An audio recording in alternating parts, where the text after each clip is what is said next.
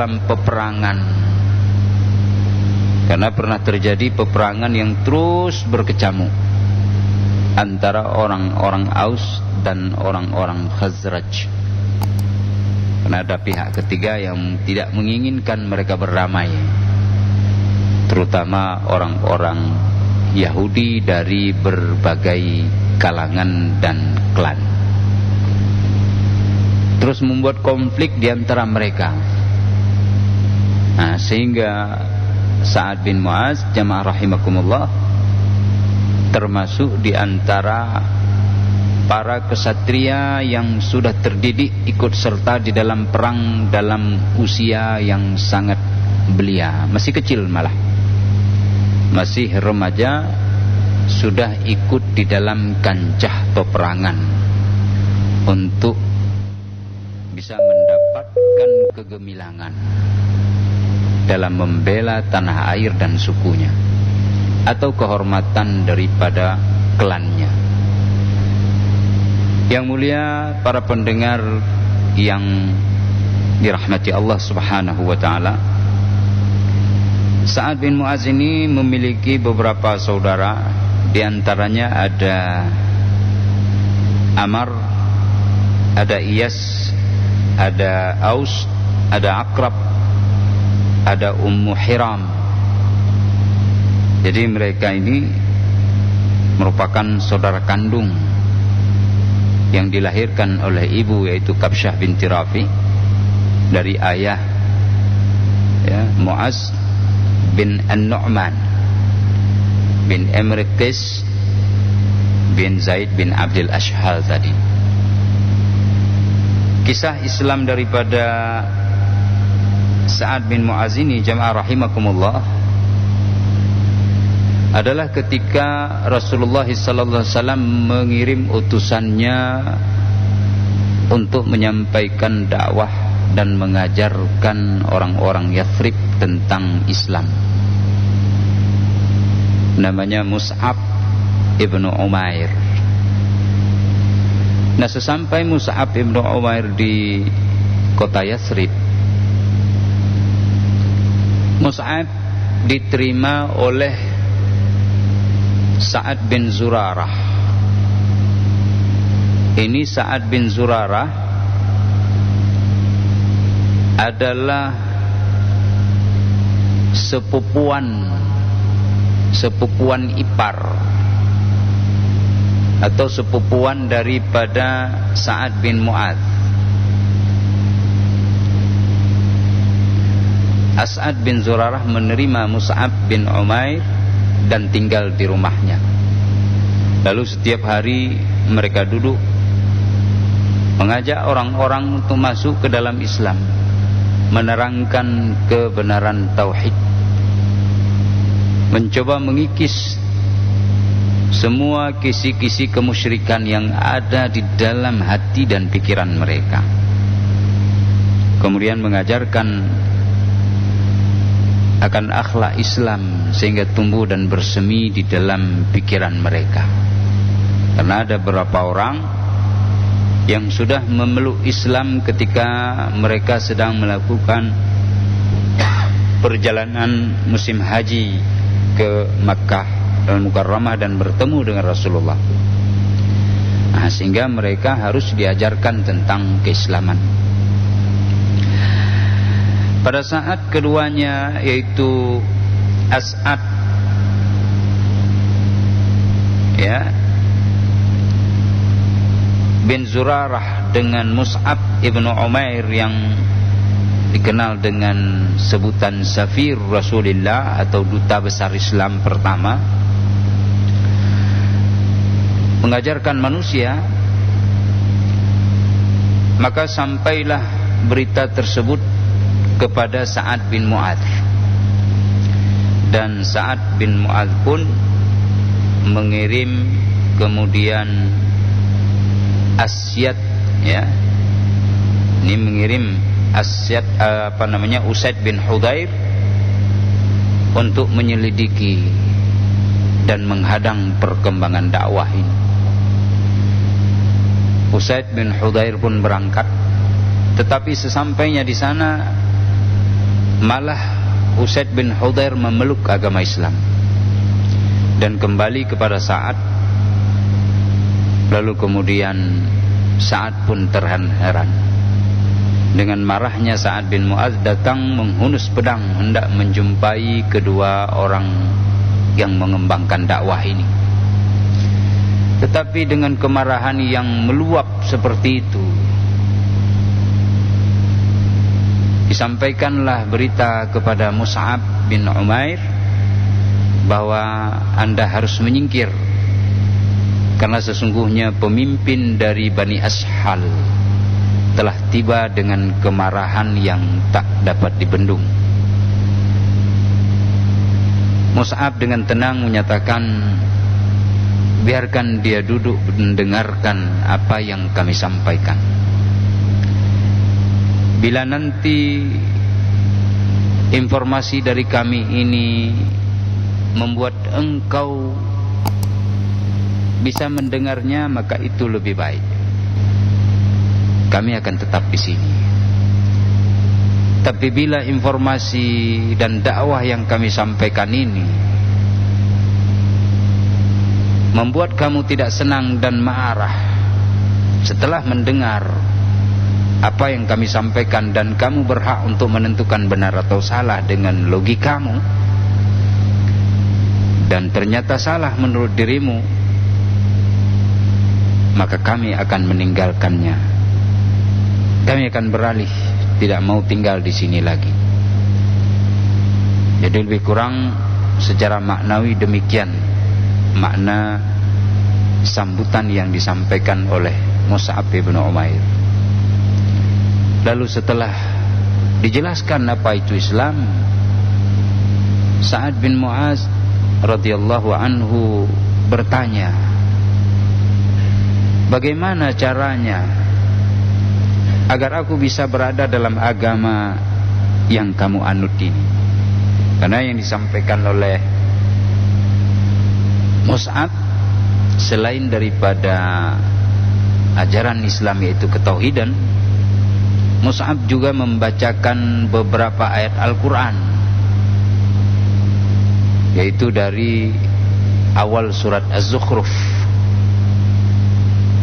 Dengan suara lantunan Al-Quran itu dan penjelasan yang logis tentang Islam di awal mula, maka kemarahan yang menguasai pikiran dan seluruh tubuh daripada Sa'ad bin Mu'adz itu perlahan-lahan hilang. Lalu dia menjadi orang yang khusyuk mendengarnya. Sehingga terlihatlah sosok yang sebenarnya daripada Sa'ad bin Mu'adz, yang senang dan gemar untuk berpikir tentang suatu problem maupun permasalahan, sehingga untuk mencari solusinya dia harus dapat. Inilah sikap sejati seorang kesatria. Kemudian dia bertanya, bagaimanakah Anda berdua ini agar aku bisa seperti agama Anda ini? Maka dijawablah oleh Mus'ab dan As'ad bahwa engkau harus mandi, mensucikan diri dan membersihkan pakaianmu, lalu engkau berwudu dan mengucapkan syahadat asyhadu an la ilaha illallah wa asyhadu anna Muhammadan Rasulullah. Lalu engkau melakukan salat 2 rakaat, dan ini pun diikuti oleh Sa'ad bin Mu'adz. Kemudian dia ambil kembali pedangnya yang telah ditancapkan tadi di tanah, dan dia sarungkan kembali lagi kepada kaumnya. Sampai di wilayah Bani Ashhal, mereka pada mengatakan semuanya, sungguh demi Allah, meskipun mereka mengenal nama Allah, tapi dalam hal peribadatan mereka tidak bertauhid kepada Allah. Sungguh demi Allah, pemimpin kita Sa'ad bin Mu'adz berangkat dari hadapan kita dengan wajah yang penuh amarah, tapi kembali bukan dengan wajah yang sama. Sudah nampak cahaya keislamannya. Lalu kemudian ketika tiba di hadapan mereka, Sa'ad pun bertanya kepada mereka, menurut kalian siapakah aku ini? Dan bagaimanakah aku ini? Apa posisiku terhadap kalian semua? Wahai Sa'ad, sesungguhnya kami melihat saat engkau berlalu, wajahmu berlainan dengan ketika engkau kembali saat ini. Apa yang terjadi terhadap dirimu? Tapi Sa'ad bin Mu'adz mengatakan, tolong jawab bagaimana posisiku terhadap diri kalian. Kata mereka semua, engkau adalah pemimpin kami. Engkau adalah pemimpin kami. Engkau adalah orang yang kami percayakan, dan engkau adalah orang yang jujur. Apapun yang engkau katakan, kami mengikuti dirimu. Maka Sa'ad bin Mu'adz pun berkata, haram bagi kalian, baik laki-laki maupun perempuan, untuk berbicara dengan diriku, kecuali kalian mau memeluk agama Islam. Lalu kemudian Sa'ad pun beralih dari hadapan kaumnya. Hari itu sebelum matahari terbenam, seluruh orang-orang Bani Ashhal telah masuk ke dalam agama Islam. Tidak ada satu rumah pun dari klan Bani Ashhal ini kecuali sudah mengucapkan 2 kalimat syahadat. Karena kepemimpinan, karakter, perilaku, akhlak daripada Sa'ad bin Mu'adz radhiyallahu anhu. Maka karenanya seorang pemimpin itu mestilah orang yang berkarakter, terutama orang yang dekat kepada Allah Subhanahu wa ta'ala, yang mencintai Rasulnya, yang mencintai norma keislaman lahir dan batin, bukan hanya tampilan lahiriah saja, tapi benar-benar dapat kita baca dan kita rasakan kehadiran kecintaannya kepada agama ini luar dan dalam. Dan dia bersedia untuk berkorban, menghabiskan waktu untuk Tuhannya, untuk Rasulnya, untuk mencitrakan agamanya agar terus berkibar panji-panjinya, dan berbuat untuk kepentingan, kemakmuran dan kejayaan rakyatnya. Sidang jamaah rahimakumullah, sungguh Sa'ad bin Mu'adz telah menjadi sosok yang menginspirasi orang lain berada di dalam agama ini, ya. Beliau memiliki seorang istri. Sebenarnya istri daripada Sa'ad bin Mu'adz ini adalah bibi daripada As'ad bin Zurarah. Berarti As'ad bin Zurarah adalah keponakan, ada hubungan keponakan dengan Sa'ad bin Mu'adz. Sementara Usaid bin Huzair tadi itu adalah hubungannya ipar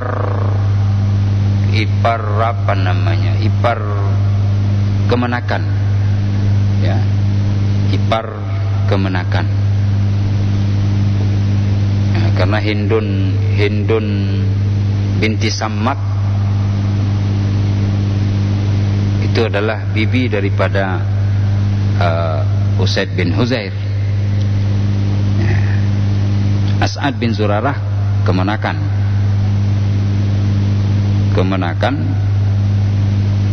karena anak daripada bibi beliau. Jadi kakak atau adik daripada ayah beliau itu adalah ibunda daripada As'ad bin Zurarah. Sidang jamaah rahimakumullah, Sa'ad bin Mu'az ini ikut serta di dalam beberapa peperangan dengan Rasulullah sallallahu alaihi wasallam, termasuk Amr bin Zurarah, Amr bin Mu'az, saudara daripada kandung beliau. Keduanya dikabarkan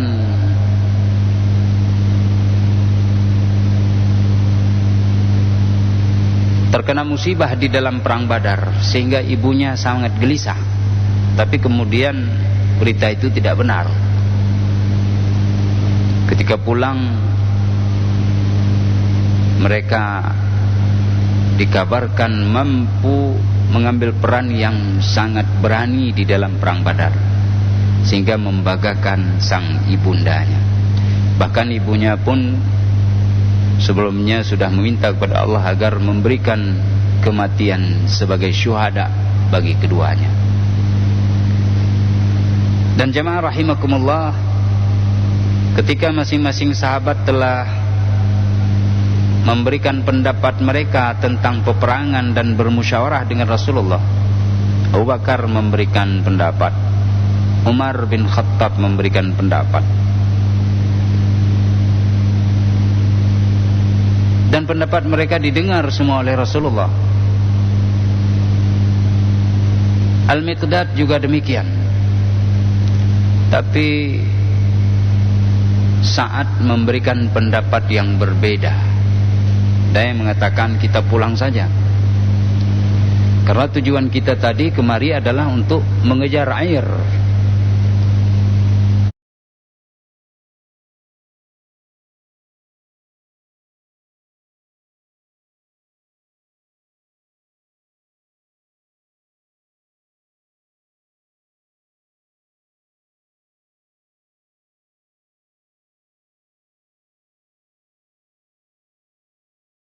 Usulkan tetap mengejar kafilah atau menunggu kafilah yang lainnya di kemudian hari.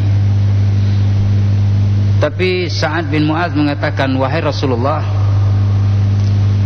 kami dulu tidak mengenal Allah dan Rasulnya, tapi sekarang Allah telah memberikan kami iman dan kebanggaan berada bersamamu. Singkat cerita jamaah, Sa'ad mengatakan, silahkan ambil dari kami sebanyak yang engkau mau, dan silahkan kau berikan kepada kami sebanyak yang engkau mau, wahai Rasulullah. Tetapi bagi kami yang lebih baik adalah, dan sangat kami senang bila engkau mengambil dari kami yang terbanyak. Maka silahkan berangkat kemanapun, wahai Rasulullah, kemanapun yang engkau mau. Yang penting aku ingin tahu, apakah yang engkau lakukan ini wahyu dari Allah, atau dari dirimu sendiri, atau usulan dari orang lain. Nah, ini selalu ditanya oleh Sa'ad bin Mu'az, dan ini terulang nanti pada kisah setelah peperangan Khandaq atau Al-Ahzab.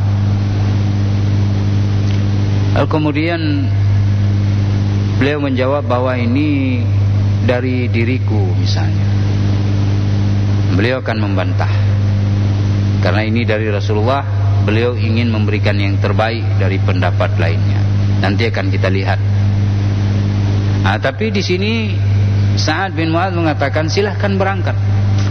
Seandainya engkau masuk ke dalam lautan pun kami akan ikut lautan itu. Kami akan ikut. Fasir ala barakatillah. Silahkan berangkat dengan berkat Allah, wahai Rasulullah sallallahu alaihi wasallam.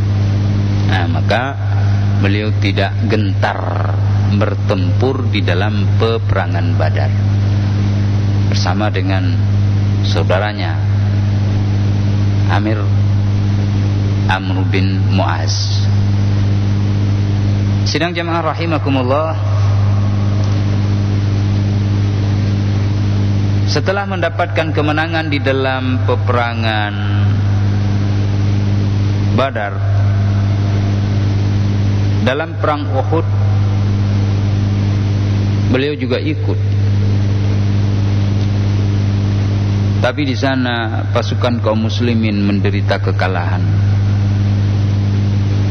sehingga mereka melarikan diri, kucar-kacir. Di antara mereka yang tetap tinggal menjadi benteng hidup bagi Rasulullah adalah Sa'ad bin Mu'adz. Dia menghadang anak panah yang dilemparkan melesat menuju ke Rasulullah sallallahu alaihi wasallam. Sehingga kemudian salah satu daripada saudara Sa'ad bin Mu'adz, yaitu Amr bin Mu'adz, menjadi syuhada di dalam pertempuran Uhud. Sang ibunda datang dengan cepat, ingin mengetahui keadaan, karena tersebar berita bahwa Rasulullah telah terbunuh. Dia bergegas, disampaikanlah berita kepadanya.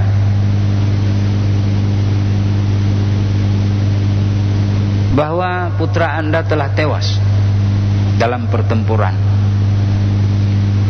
Sehingga beliau bersedih. Namun beliau bergegas menuju mencari Rasulullah dan bertemu dengan Rasulullah. Wahai Rasulullah, alhamdulillah, engkau masih selamat. Sesungguhnya keselamatan atas dirimu telah meringankan beban dan penderitaan musibah yang menimpa diriku. Itu kata Kabsyah binti Muawiyah binti Rafi', atau bisa dikatakan Kabsyah binti Muawiyah. Nah, karena Muawiyah itu adalah kakeknya. Lalu kemudian Rasulullah memberikan bela sungkawa kepada beliau. Nah, sehingga permasalahan terlalu begitu. Dan kemudian dalam peperangan Khandaq, Sa'ad bin Mu'adz dilihat oleh Aisyah yang waktu itu sedang berbicara dengan ibunya Sa'ad. Di tempatnya berbeda tuh khemahnya. Lewat Sa'ad bin Mu'adz untuk melakukan pengawasan terhadap Khandaq yang telah digali atau parit. Kemudian terlihatlah oleh Aisyah bahwa baju besi dari Sa'ad itu tidak merata di seluruh tubuhnya. Kata Aisyah, ibunda, tolong katakan kepada Sa'ad bin Mu'adz supaya mengganti baju perisainya. Itu ada bahagian-bahagian yang mudah sekali ditembus dan diterobos oleh lemparan panah dari musuh maupun lemparan tombak. Karena orang-orang Arab dahulu itu kesatrianya sangat mahir menggunakan senjata dan alat perang. Bahkan celah yang kecil sekalipun itu mudah dibidik dengan anak panah tertentu, karena bentuk anak panah pun itu berbeda-beda fungsinya. Ada yang ada bulu di belakangnya, yang tidak ada bulu di belakangnya itu ada kegunaannya tersendiri. Nah, sehingga ini terdengar oleh Sa'ad bin Mu'adz, lalu dia menjawab, tidak perlu diganti. Karena memang alangkah indahnya kematian yang dinanti-nanti begitu cantik telah akan tiba jika ajal telah tiba. Jadi kematian sebagai syuhada itu memang diharap di dalam doa mereka. Dan benar saja kekhawatiran daripada ibunda kita Aisyah radhiyallahu anha wa ardaha, sehingga saat pun kemudian dilempar dan dipanah oleh Hibban bin Qais al-Araqah, ya, dilempar dengan panah dan kena pada bagian akhal ataupun pergelangan siku bagian lengannya dan memutuskan urat nadi besarnya. Begitu parah luka itu, lalu dievakuasi dan dibuat di khemah tertentu di salah satu rumah seorang wanita namanya Rufaidah, dekat dengan Masjid Nabawi, supaya mudah Rasul menjenguk beliau.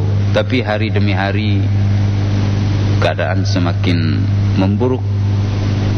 Lalu kemudian keluarganya membawa pulang ke perkampungan Bani Ashhal dari suku Aus, dirawat sendiri.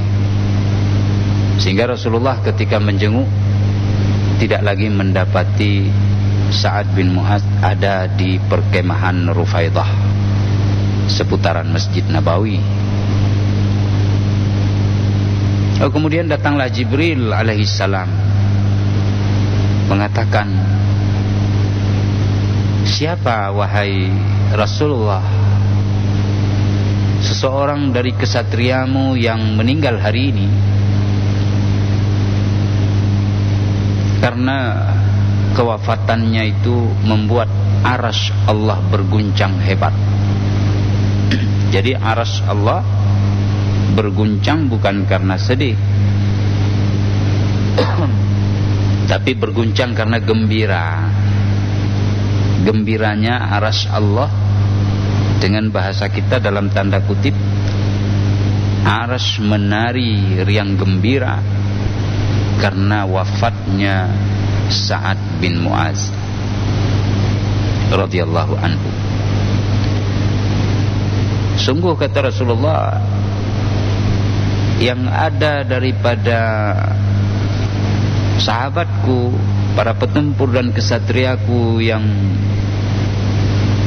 terluka yang sangat parah adalah Sa'ad bin Mu'adz. Lalu kemudian Rasulullah bergegas menuju ke perkampungan Bani Ashhal, sehingga para sahabat yang ikut di belakang itu tidak sanggup mengejar, begitu kencangnya Rasulullah berjalan. Tali sendal mereka pada putus, kain rida yang ada di atas bahu mereka berjatuhan karena mengejar Rasulullah. Sehingga mereka bertanya, "Wahai Rasulullah, kenapa engkau tergesa-gesa? Kasihan kami yang mengikut di belakangmu. Sendal kami pada putus, kain rida kami pun pada berjatuhan." Rasulullah menjawab, "Aku tidak ingin malaikat mendahului kita sebagaimana mereka telah mendahului kita saat memandikan jenazah Hamdalah radhiyallahu anhu." Sesampai di sana, memang para malaikat sudah duluan menangani jenazah daripada Sa'ad bin Mu'adz, sehingga Rasulullah mengatakan,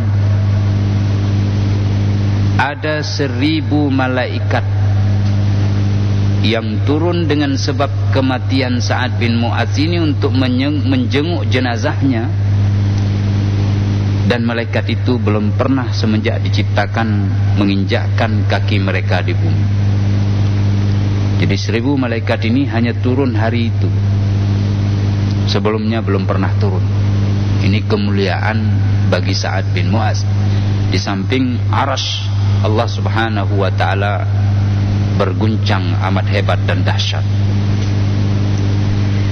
Ibunda dari Sa'ad yaitu Kabsyah binti Rafi' bersedih sehingga beliau menuangkan dalam bait-bait puisi, di antaranya adalah wailun umma Sa'ad sa'ada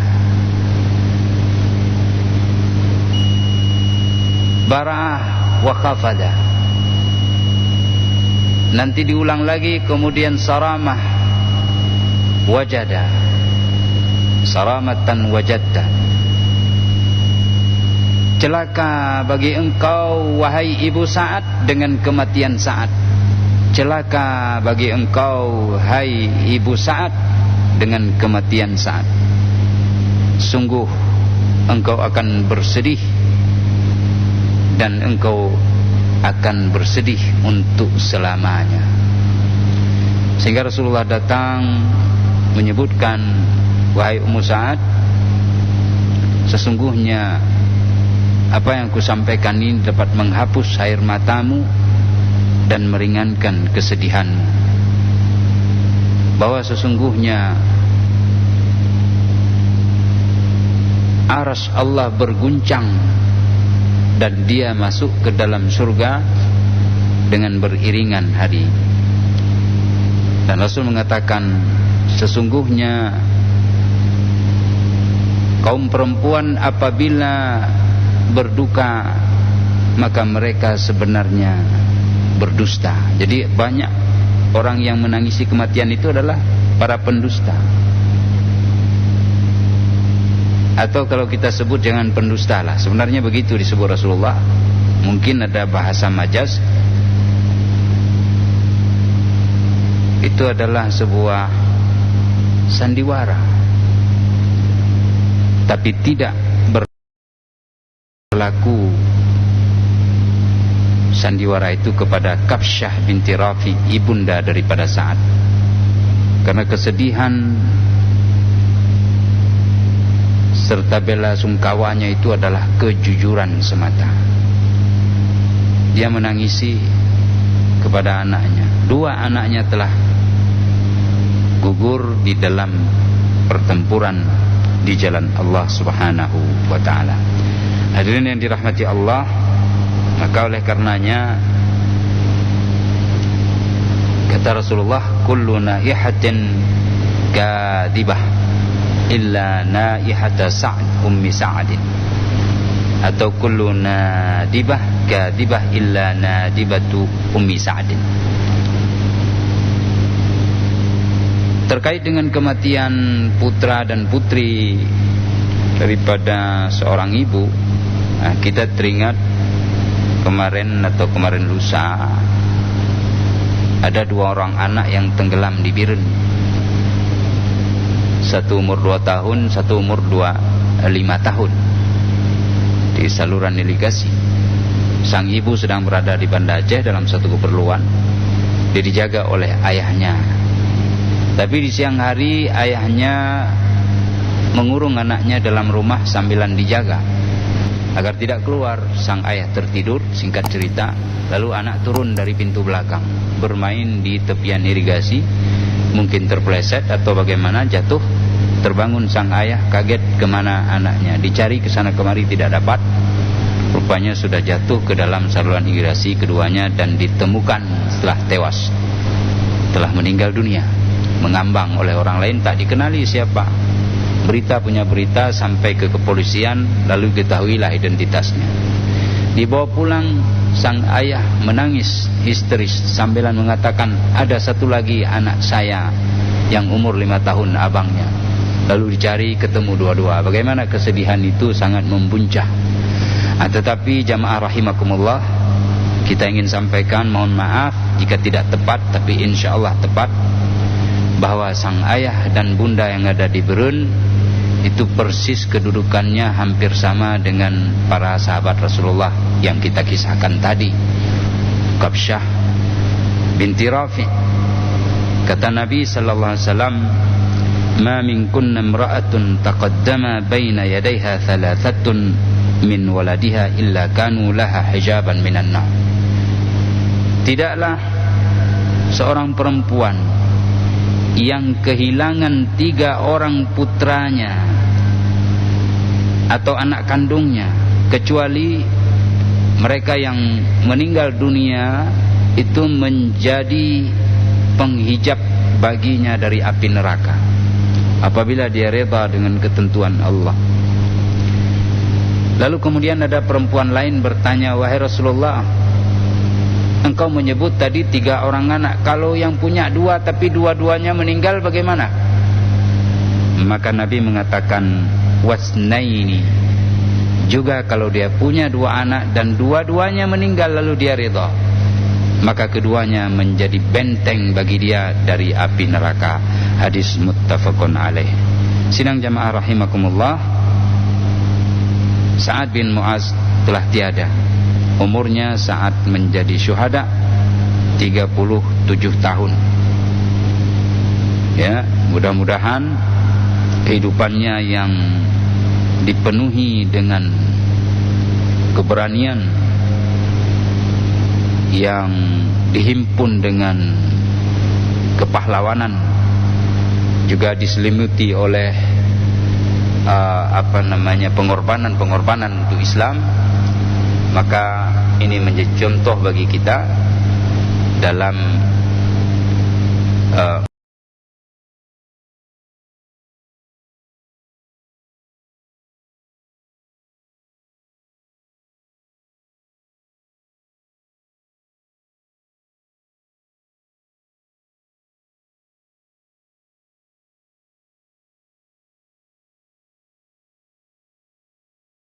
menjalani hidup kita dan mempersembahkannya untuk agama ini.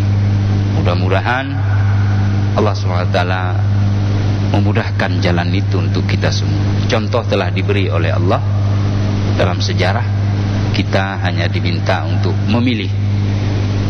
Tentukan pilihanmu semenjak saat ini. Radhiyallahu anhu wa ardah. Mudah-mudahan kita bisa mengikuti jejaknya. Billahi taufiq wa hidayah. Assalamualaikum.